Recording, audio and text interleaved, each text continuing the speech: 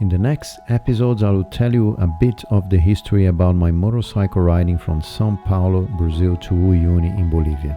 In a period of 15 days, I rode about 7,000 kilometers on my Bmw F850Gs with a lot of off-road riding in very challenging places.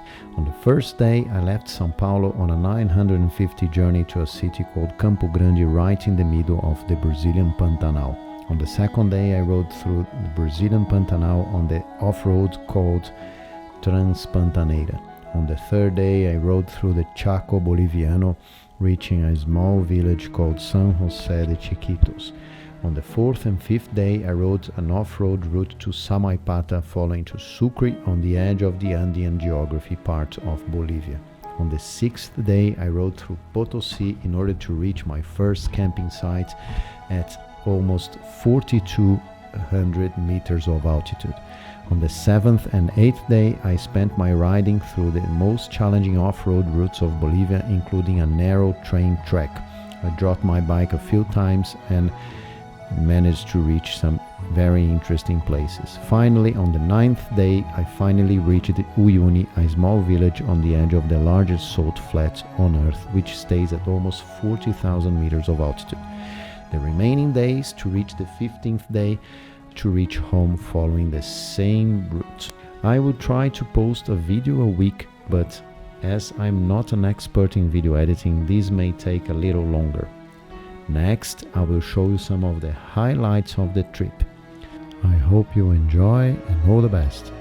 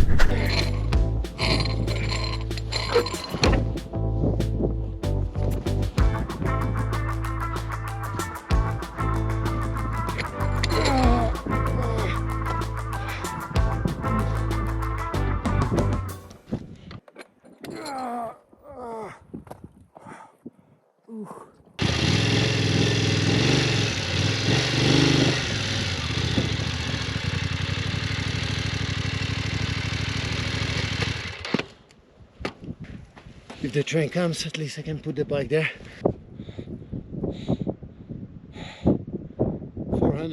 4,300. I know the time the train comes, even though the lady told us that it could not come because it's Sunday. If we drop this bike on this track, it will take like half an hour to take it, to remove it. I think it's not very wise to continue towards Condor, even though the bike is...